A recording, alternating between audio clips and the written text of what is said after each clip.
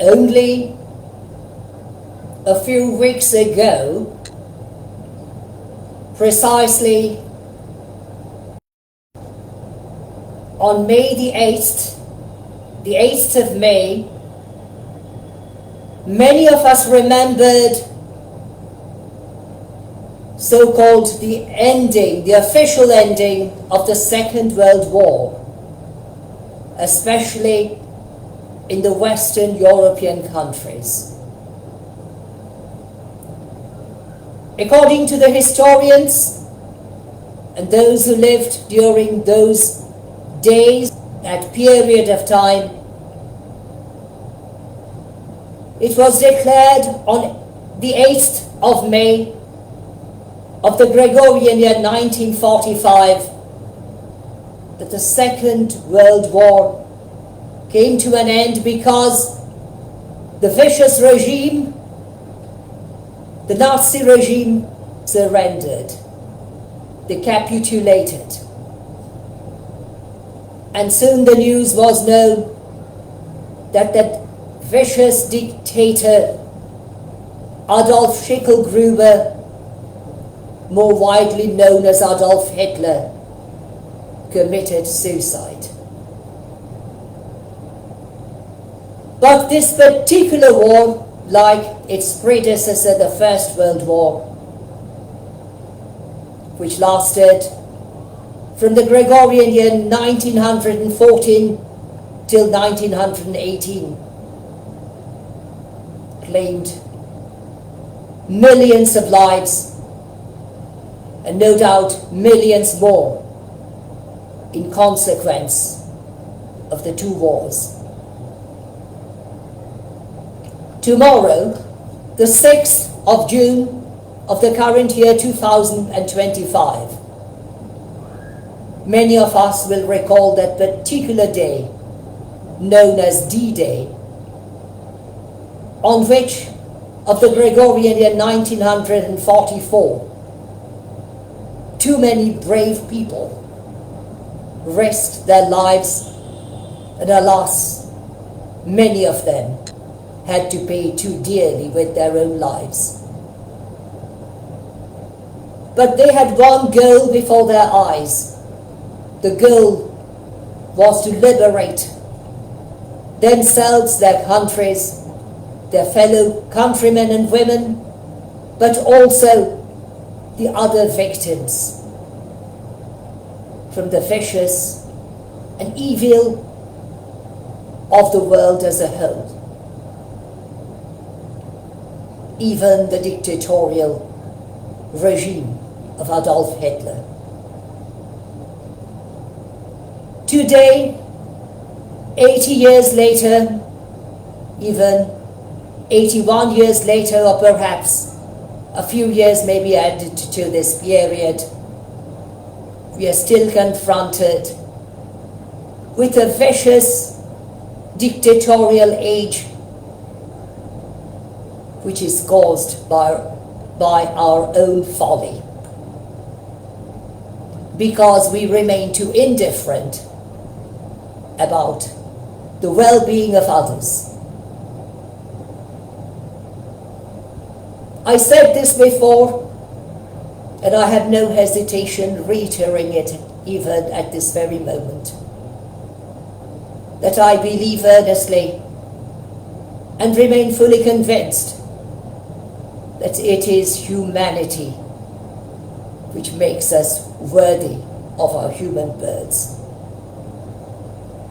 And if we fail to exercise true humanity in service of others, including our fellow citizens and our fellow global citizens, we lose the right, the legitimacy of the claim of calling ourselves human beings. According to the Torah or the Holy Bible, God created man and woman in his own image, as it is recorded in the very first book of the Torah or the Holy Bible, known as the book of Genesis. especially the first two chapters of the modern translation. But God assigned Adam and Eve to look after his creation, yet we are destroying it for our purpose, which is nothing other than selfishness, pride, self-indulgence, lacking humanity. My apologies for not having a very clear voice. I had a mild flu, and I'm still recovering from the same, causing certain scrotal problems at this very moment. But I'm nothing comparing to the population of the world, which are confronted today with the gravity of the serious devastation which is likely to befall with graver consequences than which occurred during the First and the Second World Wars. The First and the Second World Wars, to which I referred a moment ago. People are starving, yet people are fighting on, based upon their own pride, vacant pride, selfish pride, unfounded pride. Alone in the so-called Judea and Samaria, also known as Gaza, some 46,000 people died since October the 8th of the Gregorian year 2023. And many thousands and thousands of the others are at the brink of starvation, even at this very moment. I remain grateful to those who have been contributing some aid towards the victims. But it is less than a drop in the ocean, or as the Germans say it is even less than ein Tröpfchen auf dem heißen Stein. Unless something is done immediately and effectively, many more thousands are likely to die, especially the innocent ones. There is some truth, at least in my personal view, however humble I may be, in that particular phrase found in the English language, which goes something like this: don't throw the baby with the bath. In other words, we should not empty the baby along with the bathing water in which we bathe the baby. Again, referring to the very first book of the Torah, or the Old Testament, the book of Genesis, we see quite clearly that the prophet Abraham, or perhaps Avraham in Hebrew, advocating with God the Almighty whether he would spare those cities which he intended to destroy. If 50, if 40, if 30, if 20, even if 10 innocent individuals were found. I'm referring to the cities of Sodom and Gomorrah in English. And the Almighty agrees that he would spare the place, even if 10 innocent individuals were found. To grave a tragedy that we are often not merely willing, but too eager to destroy places, even for the sake of 10 guilty individuals, notwithstanding the fact that thousands and and perhaps hundreds of thousands or even millions of the innocent are also there who are being destroyed with the guilty. I beg your pardon. When I was a young pupil of legal science, I learned a phrase which went something like this: let 99 guilty accused go free, but do not condemn an innocent one.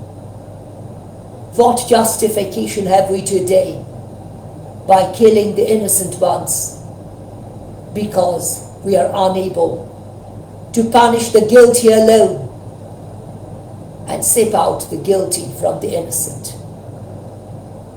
I fail to see any justification. What is being carried out in the Middle East, in African countries, and most certainly in Eastern Europe. If we truly claim from the very core of our hearts that we are human beings, we must be willing, we must be ready, we must be committed to exercise true humanity in service of our fellow global citizens, however weak, however feeble they may be, because they're helpless, at least comparing to ourselves. And if we hold our peace in the existence of the evil of grave injustice, in the face of grave inequity, in the face of grave evil, we deny our rights to claim our own selves to be worthy human beings. Therefore, I call all of you with all due humility, all due earnest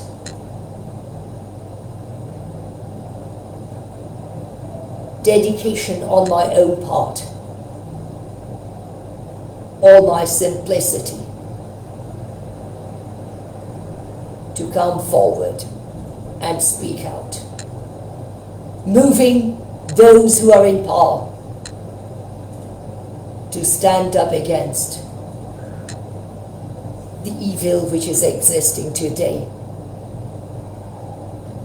and could not be blotted out even some 80 years ago, when it was declared that the Second World War had come to an end, or even some 81 years ago, on that particular day when those brave people in uniform sacrificed themselves for the sake of natural justice, equity, and true humanity. I was just reading the so-called English translation of the book of Jeremiah in English, perhaps Eremi in Hebrew, which says quite explicitly through the prophet Jeremiah that we should not oppress the alien, but we should come forward to help them. If the state of Israel considers today that Judea, Samaria is and ought to be a part of the state of Israel, then the state of Israel is also duty-bound and remains duty-bound to protect the innocent in Judea and Samaria, or Gaza even at this very moment. According to the prophet Isaiah, perhaps Itzi in Hebrew, the prophet says, share your food and clothes. We need to do this today. even our fellow global citizens who are in desperate need of starvation, in desperate need of medical treatment, in desperate need of humanity, which can be exercised by us, individually and collectively. I thank you in anticipation for your kind understanding on this very night, or I should say on this very eve of the 81st D-Day. Thank you once again, and God bless.